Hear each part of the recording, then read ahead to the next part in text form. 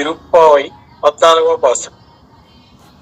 உச்சல் பொழைக்கடை தோட்டத்து வாவியில் செழுநேர் வாய் நெகிழ்ந்தாம்பல் வாய் கூம்பின கான் செங்கல் படிக்கூரை வெண் பல் தவத்தவர் தங்கள் திருக்கோயில் செவ்விடுவான் போகினார் எர்தலை விட்டான் மெழுப்புவான் வாய் பேசும் நஜ்ஜா எழுந்திராய் நானாதாய் நாவுடையம் செங்குடு சக்கர மேந்தும் மேந்தும் தடைக்கையன் பங்கையக்கண்ணனை பாடேலோர் அம்பாவாய்.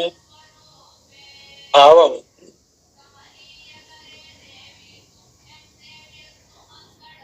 ఏమే సఖి ఇదేమి, ముందుగా మమ్ములను లేపునంటివి కదా, ఇంతవరకు పండుకునే ఉన్నావేమి? లెమ్ము, తెల్లవారిపోయింది. చూడు, మీ పెరటలోని ఎర్ర కలువలు విచ్చుకున్నవి, నీలోత్పలాలు పిలించినవి.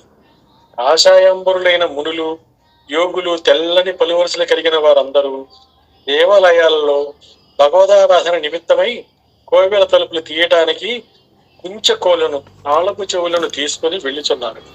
ఇవన్నీ ప్రాతకాలంలో చూసినలే కదా. నీవు చేసిన వాగ్దానం మరచితివా? నీకేమి, నీవు పూర్ణురాలు కదా. సరే, ఎక్కడైనా లేచినము. వాగ్దానమును మరచిన సిగ్గులేనిదానా? లేవు అమ్మ అనగా నన్నేల నిందితురు, నేనేమి చేయవలేననగా శ్రీ శంఖచక్రములచే విరాలుచున్న విశాల సుందర భుజములు కలవాణిని, పంకజాక్షుని, ఆ శ్రీకృష్ణుని గుణగణములను మధురమైన స్వరములు కీర్తించవలెను.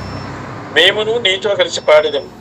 ఇట్లు గోష్ఠిగా సంకీర్తనము చేసిన మనం వ్రతం ఫలించగలదు.